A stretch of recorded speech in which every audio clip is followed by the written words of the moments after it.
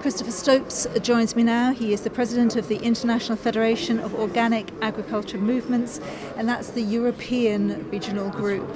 And of course, being at the Forum for the Future of Agriculture and looking at how European agriculture can affect innovation, can help feed the world, preserve more of that world, you're right at the heart of that with talking about the organic movement. What did you have to say to the forum today, Christopher?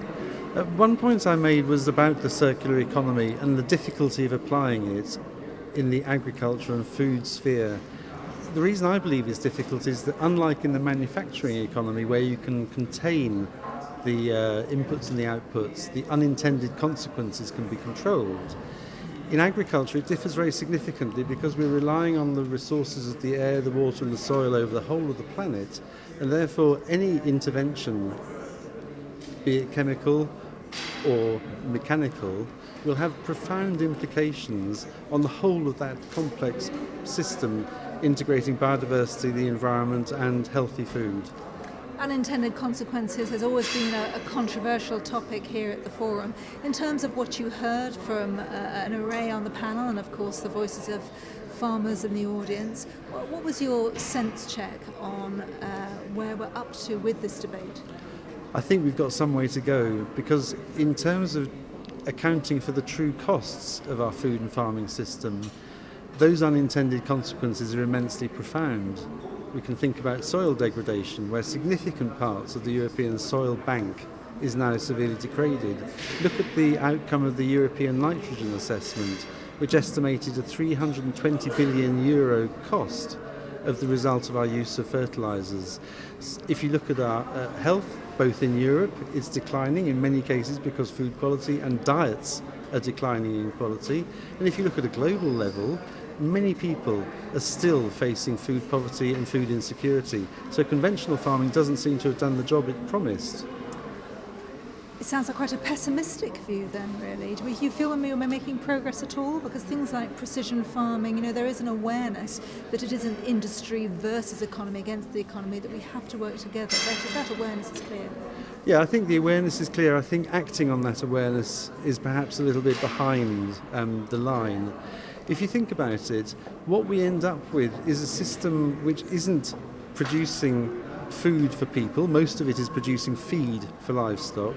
And I would suggest that one of the things we need to address are consumption issues.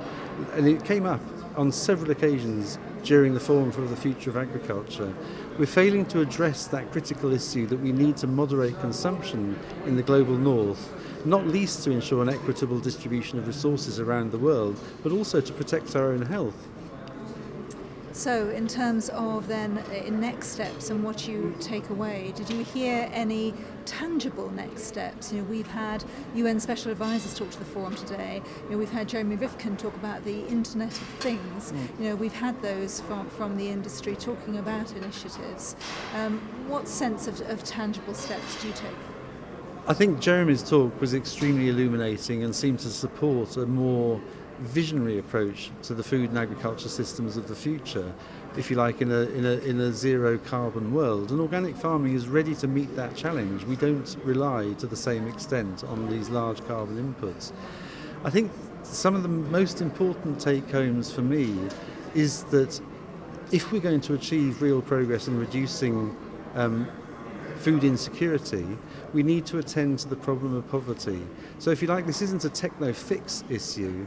It's something where we need to challenge the existence of poverty and improve incomes, because people with money never go hungry. So those two are inextricably linked. A related point, I think, is a gender issue. We saw it actually in the audience today and on the platform. Virtually no women.